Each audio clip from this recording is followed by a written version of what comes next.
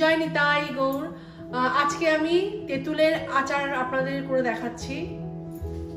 দেখুন, আমি বাজার থেকে এই তেঁতুলের তেঁতুল কিনেছি, অনেকগুলোই তেঁতুলের প্যাকেট কিনেছি। তা এখন আমি এক এক করে তেঁতুল সব ছাড়িয়ে রেখেছি। সব এক এক করে তেঁতুল ছাড়িয়ে আমি নিয়েছি।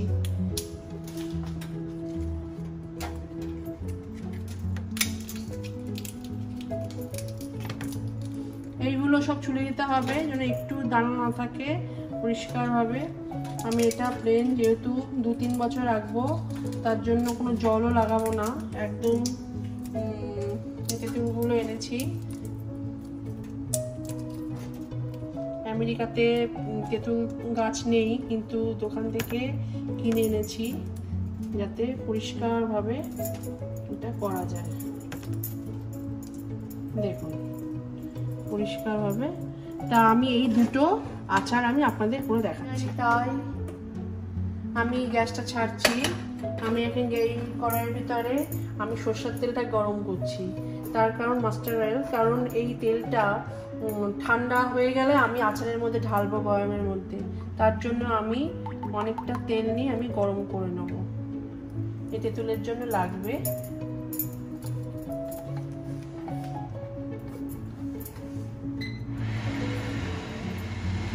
আমি একটু এই সরষের তেলের ভিতরে 1 চামচ মতো হলুদ দেব।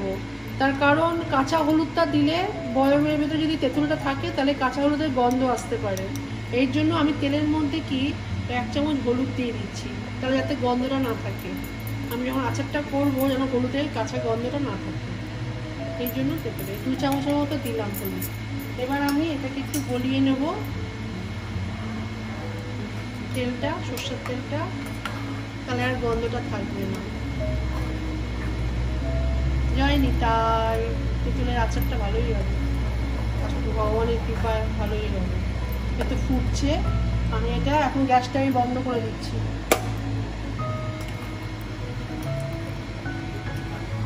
আমি এখন এই তেলটা, গরম তেলটা সরিয়ে রাখছি ঠান্ডা হওয়ার জন্য, তেঁতুলের আচার শোনার জন্য। তা এখন আমি এই গ্যাসে আমি আর একটা কড়াইতে আমি মশলাগুলো ভেজে নেব। তেঁতুলের যেটা করবো মশলাগুলো ভেজে নেব। আমি এখন এই কড়াইয়ের মধ্যে শুকনো লঙ্কা ভাজবো। কয়েকটা বেশ শুকনো লঙ্কা নিয়ে নেব।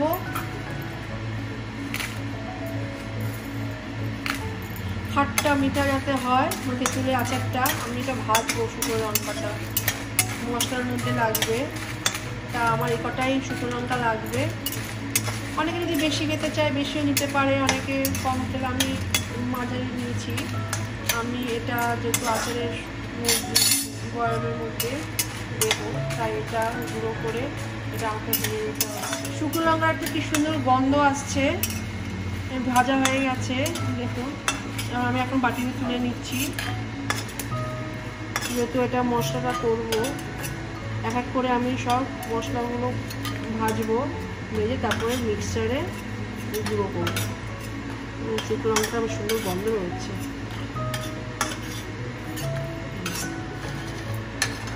এবার আমি এর ভিতরে 1 চামচ মেথি দিচ্ছি। এই চামচে 1 চামচ মেথি দিলাম। 1 চামচের কম একটু জিরা দিচ্ছি। 1 চামচে ধনের গুঁড়ো একটু ভেজে নেব। 1 চামচ মৌরি দিলাম, আর 1 চামচ মৌরি দেব। 2 চামচের মতো মৌরি দেব। 2 চামচের মতো মৌরি দিলাম। তাহলে 1 চামচ মেথি পড়লো, 2 চামচ মৌরি, 1 চামচের অর্ধেকের কম ধনে, আর 1 চামচের কম জিরে দিলাম। 1/2 চামচের মতো সাদা সর্ষে দেব, 1/2 চামচের মতো কালো সর্ষে দেব। তাহলে 1 চামচের মতো জোয়ান দিলাম। গোলমরিচ দিচ্ছি।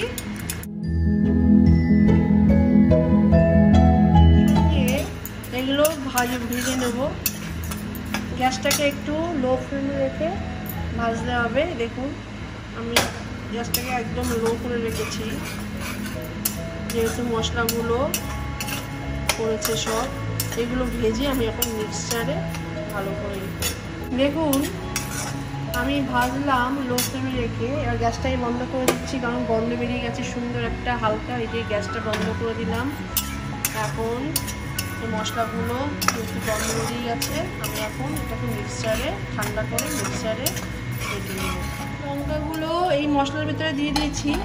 আপনারা যখন মশলাটা করবেন খুব মিহি করবেন না, আমি এখন মিক্সারে যেহেতু করব, হ্যাঁ, আপনারা একদম গরম অবস্থা মিক্সারে দেবেন না আর বেশি মিহি করবেন না, জন্য একটু দাঁড়া দাঁড়া থাকে যাতে মুখে দিলে আচারটা ভালো। আমি এই তেঁতুলগুলোকে ছোটো ছোটো করে দানা করছি কারণ মশলাগুলো যেন ভিতরে ঢোকে, এই জন্য তেঁতুলগুলোকে আমি ছোটো ছোটো করে পিস করে নিচ্ছি।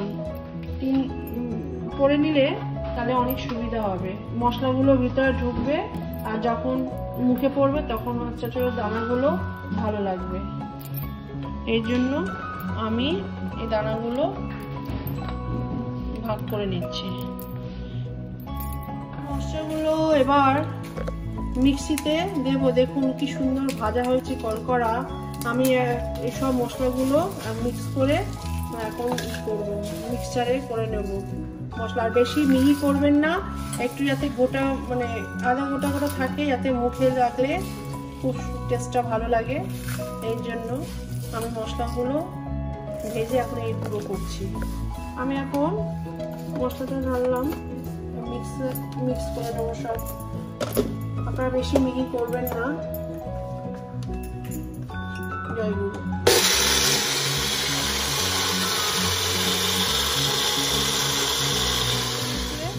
আমি এখন মিক্সারটা দেখুন এখনো রয়েছে, মিহি সেরকম করিনি, জির করে। যাই হোক, এই হচ্ছে মশলা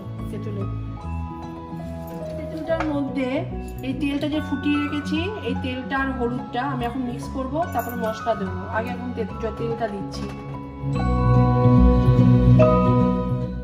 আমি এখন 1 চামচ এখানে হিং দিচ্ছি, যাতে এই হিংটা দেওয়াতে তেঁতুলটা নষ্ট হবে না, তেঁতুলের আচারটা। আমি দেখুন 1 চামচের গন্ধটা সুন্দর হবে হিঙে, এইটুখানি আমি এখন হিং দিয়ে দিচ্ছি এই আচারের তেঁতুলের মধ্যে। এবার পড়বে ব্ল্যাক সল্ট, পরিমাণ মতো তেঁতুল অনুযায়ী ব্ল্যাক সল্টটা দিতে হবে, একদম 1 চামচের মতো পড়বে। তারপরে পড়বে ব্ল্যাক সল্ট গেল, তারপরে পড়বে এমনি সল্ট, সাদা সল্ট 1 চামচের মতো, 1 চামচের মতো পড়বে, পুরো আপনারা গুঁড়িয়ে দেবেন। তারপরে পড়বে হচ্ছে এটা হচ্ছে কালো জিরে, একটু কালো জিরে পরিমাণ মতো দিয়ে দিলাম, গন্ধটা সুন্দর হবে, ওটা দিয়ে দিই। তারপরে পড়বে মশলাটা, আমি যে মশলাটা বেটে রেখেছিলাম দেখুন দানা দানা থাকবে, সেই মশলাটা চারিদিকে ছড়িয়ে দেবেন। তারপরে ফেলবো এখানে চিনি, গুড়ের চিনি, গুড়ের চিনি পড়বে অনেকটার মতো, মেপে নিচ্ছি আমি 1 চামচ, 2 চামচ, 3 চামচের মতো পড়বে। একটু টক ঝাল মিষ্টি হবে, তাহলে ভালো লাগবে। মোটামুটি সব আইটেম পড়ে গেল, এবার এটাকে আমি নাড়বো।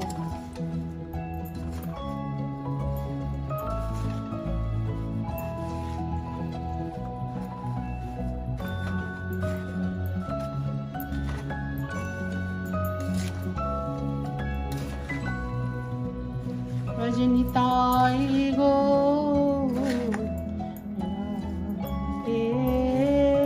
এতগুলো তেঁতুল, বড় পাত্র দরকার।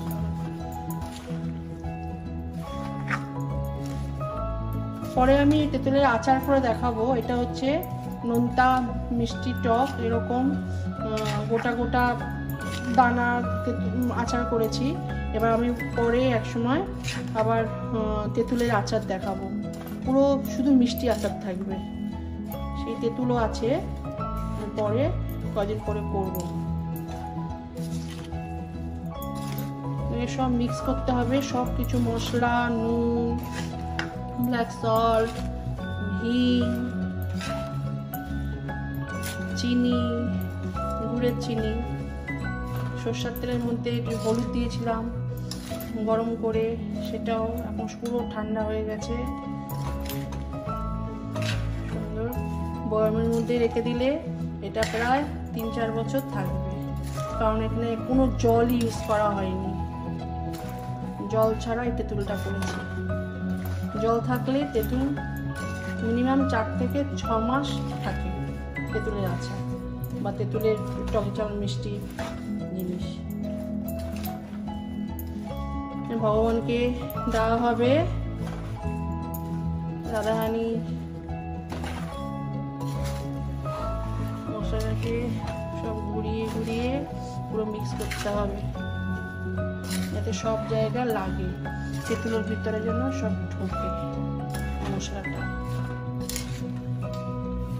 দেখুন আচারটা আপনারা কোনো সময় প্লাস্টিকের বয়ামে রাখবেন না, আমি এখন এই কাচের বয়ামে রাখছি আচারটাকে। তারপরে আপনারা 2-3 দিন রোদে দেবেন, জিনিসটা আরও ভালো হবে। আমি রোদে দেবো, কিন্তু তেঁতুলগুলো এই তো মশলাগুলো ঢুকেছে, আমি বয়ামে ঢোকাচ্ছি। আপনারা কাচের বয়ামে রাখবেন, প্লাস্টিকের বয়ামে রাখবেন না, তাহলে নষ্ট হয়ে যেতে পারে। আর কাচের বয়ামে থাকলে কি 4-5 বছর থাকবে। জয় নিতাই গৌর। আমি পুরোটা ভরে আমি আপনাদের দেখাচ্ছি। দেখুন একটু একটু মশলাটা, এবার পুরো একটু নিচটা একটু দেখুন, পুরো কাছের বয়ামে রাখলাম। এটা রোদে দিতে হবে 3-4 দিন। রোদে দিলে কি বয়ামটা আটকিয়ে দিচ্ছি। এটা দেখুন পুরো এটা 3-4 দিন রোদে দিলে জিনিসটা অপূর্ব লাগবে। জয় নিতাই। দেখুন আমি আচারটা পুরো আমার 3টে বয়াম হয়েছে।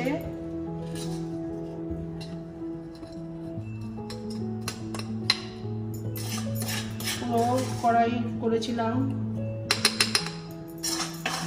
আপনারা কি করবেন, এই যখন আচারটা করবেন এরকম ভাবে, তাহলে আপনারা রোদে 3-4 দিন পুরো খাওয়াবেন বয়ামটা, তারপরে আপনারা ভগবানকে দিয়ে ইউজ করবেন। কারণ তেলটা তেঁতুলের গায়ে গেলে মজবে আর তখন খেতেও ভালো লাগবে। আমিও তাই করবো। আমার 3টে বয়াম হয়েছে, এই দেখুন 1 2 3 পুরো 1 কড়াইয়ের তেঁতুল।